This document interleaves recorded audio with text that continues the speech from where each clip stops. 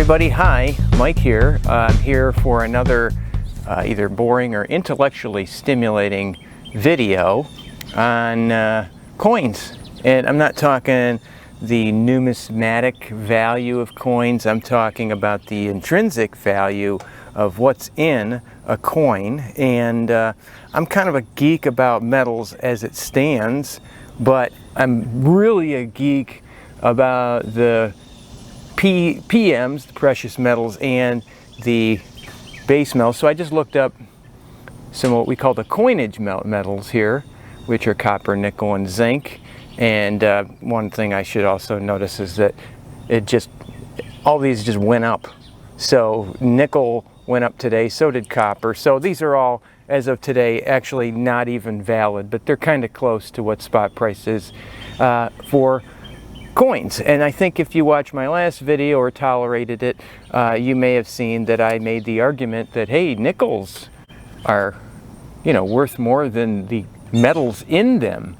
So if you're a fan of Elon Musk, he just entered into a partnership with a nickel mine because he quoted that we are under-nickeled as a society because nickel is very, very useful in the production of batteries for EVs.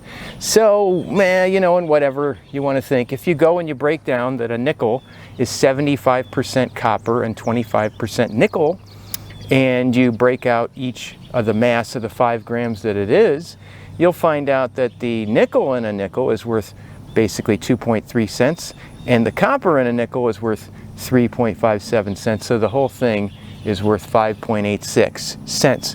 Now there's no searching through change here.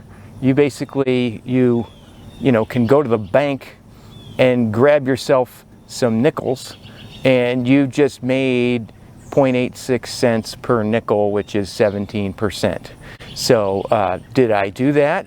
Yeah, actually I did do that. I felt kind of embarrassed about it, but I legit went to the bank, and I'm actually I asked for some nickels, and the guy's like, I got tons of nickels. And I made up some thing about how I'm going to make a bar counter out of it or something, and then I'm just like, why am I making a pack of lies? But I got $60 in nickels, and so if you multiply 60 times 5.86 and then divide it by 5, that's worth $70. So if you get $60 in nickels, that's now $70. I don't know. That's a 17% return. Huh? Okay, let's move on. How about a penny? Now, by the way, you got to look at the date. This is after 1982. Sometimes you can see they got this cute little, little shield on the back. They look shinier, and that's because they are actually mostly zinc. As a matter of fact, they're 2.5% copper, and the rest of it is zinc. And now zinc isn't all that cheap, but $1.34 a pound. And if you look at the zinc in a penny, it's basically 0.72 cents, and the copper, which is a very small amount of copper, is worth 0.000595. Add it together, a penny is worth about 0.8 cents. So they're not as not the kind of thing you want to run out and just buy a bunch of pennies. Well, we'll get to that later. All right. Here's and thank you for clicking on this clickbaity title where I said dimes are dumb. A dime, not only does it weigh less than a nickel, but it's also Cooper nickel with less nickel. It's 8.33%. Where do I get these numbers? I get it from the US Mint website, which I should flash up there right now. There's a cute little diagram of all the coins.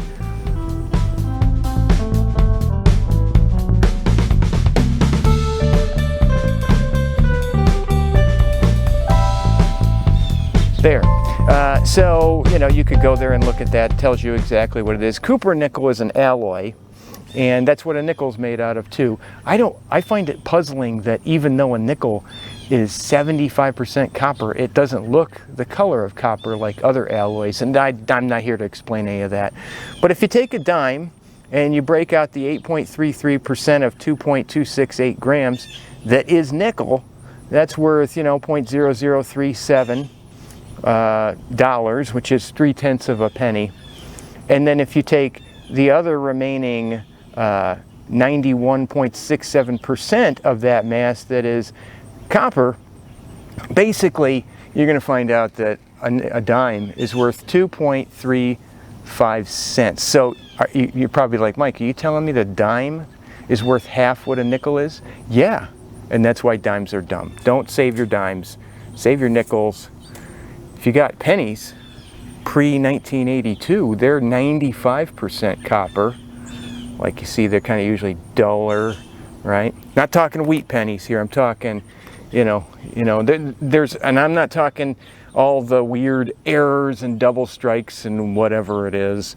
But, basically if you find in your change a 1982 penny and you go and you crank out the 95% that is copper, that has a value of 0.023-ish dollars. You could ignore the zinc, actually, the 5%. It doesn't have much mass and it's not worth as much.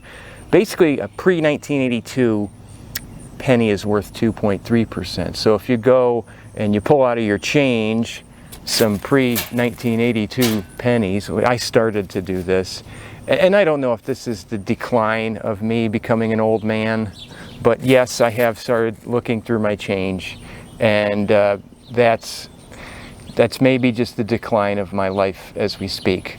I accept where I am in life, looking through change.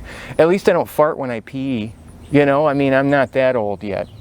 So, just basically some little bit of context here for you folks about, nickels, 17% return, even more because I didn't get the spot price going up as we speak. So sorry if I blathered a little bit, but hopefully you found this interesting. And yeah, do I take motors and try to get the copper out of them? Yeah, I do that now too. At least I get to bash things up. And so if you didn't feel this was interesting, maybe I should make an explosion happen, like right now. Okay, cool. Thanks for watching or tolerating. Click whatever you like. It's your life, and you don't have to hoard nickels like I do. But if you did, this would be why. Wish that bird shut up more. That would have been cool. Thanks, and see ya. Enjoy your day. Bye.